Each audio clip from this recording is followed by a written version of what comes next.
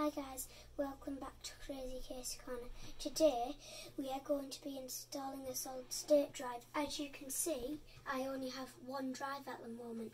At the end there should be two drives. The first step is to turn off the computer. Then we have to take it apart.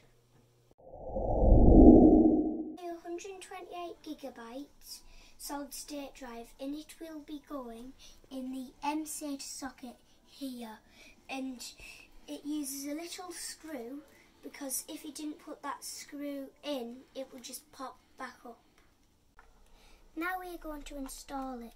So it's like when we did the memory, you don't have to see the gold bars, and then you push down, but then it's not going down because you need the screw. So that,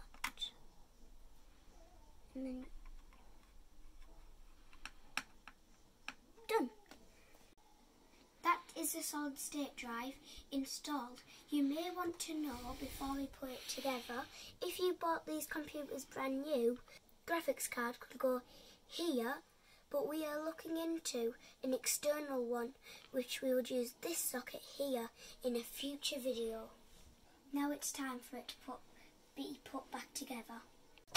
Now the solid state drive is in and the computer is back together. Let's see if it worked.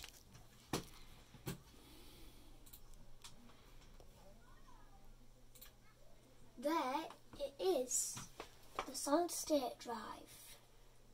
You may see it as 119 gigabytes, not 128. This is because manufacturers calculate using 1000 megabytes, but it should be 1024 megabytes. Now that the solid state drive is in the computer, in the future video we will move the operating system. Bye guys, please subscribe.